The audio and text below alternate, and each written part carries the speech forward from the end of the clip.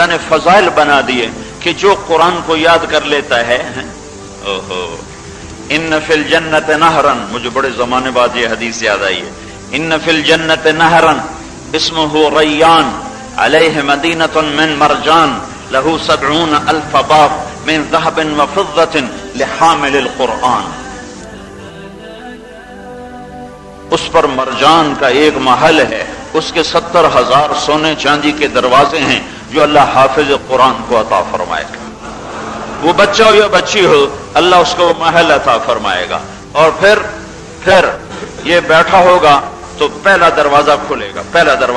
گا اور اس میں سے 70,000 فرشتے آ کر اس کو سلام پیش کریں گے اور 70,000 تحفے پیش کریں گے کہ یہ قرآن کا صلہ ہے، اللہ آپ کو تحفہ دے رہے ہیں۔ پھر یہ چلے جائیں گے، دوسرا دروازہ کھلے گا، اس میں سے 1,40,000 فرشتے آئیں گے اور اس کو سلام پیش کریں گے اور اتنے ہی تحفے پیش کریں گے۔ پھر دوسرا تیسرا دروازہ کھلے گا، اس میں سے 2,80,000 فرشتے اندر آئیں گے اور ان کو سلام کریں گے اور تحفے پیش کریں گے۔ پھر اگلا دروازہ کھلے گا تو 5,60,000 فرشتے اندر آئیں گے اور اتنے ہی تحفے دیں گے اور واپس جائیں گے۔ جب آخری دروازہ کھلے گا تو 4,90,00,000,000 فرشتہ اس کو سلام کرنے کے لیے حاضر ہو رہا ہے۔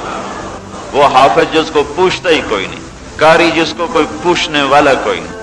علماء کی تو پھر بھی کوئی سنوائی ہو جاتی، بیچارے قاریوں کو کون پوچھتا ہے، پھرتے ہیں خار میر کوئی پوچھتا نہیں، اس عاشقی میں عزت سادات بھی گئی، اس عاشقی میں انشاءاللہ وہ ملنے والا ہے جو ایک عام آدمی گمان بھی نہیں کر سکتا ہے۔ ان للہ اہلین من الناس،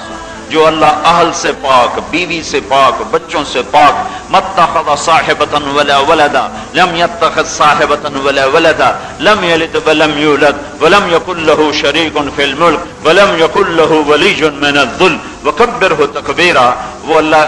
اس اللہ کے بارے میں میرا نبی کہتا ہے ان للہ اہلین من الناس، اللہ کے گھر کے کچھ لوگ ہیں، گھر کے، اللہ گھر والا ہے، اللہ تو گھر سے پاک، ہر چیز سے پاک، ہر علائق، ہر قسم کے علائق سے پاک، اور میرا نبی کہہ رہا ہے کچھ اللہ کے گھر کے لوگ، بڑے خاص لوگ۔ تو صحابہ نے پوچھا یا رسول اللہ من ہم، کون ہیں وہ؟ تو آپ نے کہا اہل القرآن اہل اللہ وخاصتہ، یہ سارا دن قرآن پڑھنے پڑھانے والے اللہ کے گھر کے لوگ ہیں، اللہ کے خاص لوگ ہیں، اللہ کے گھر کے لوگ ہیں۔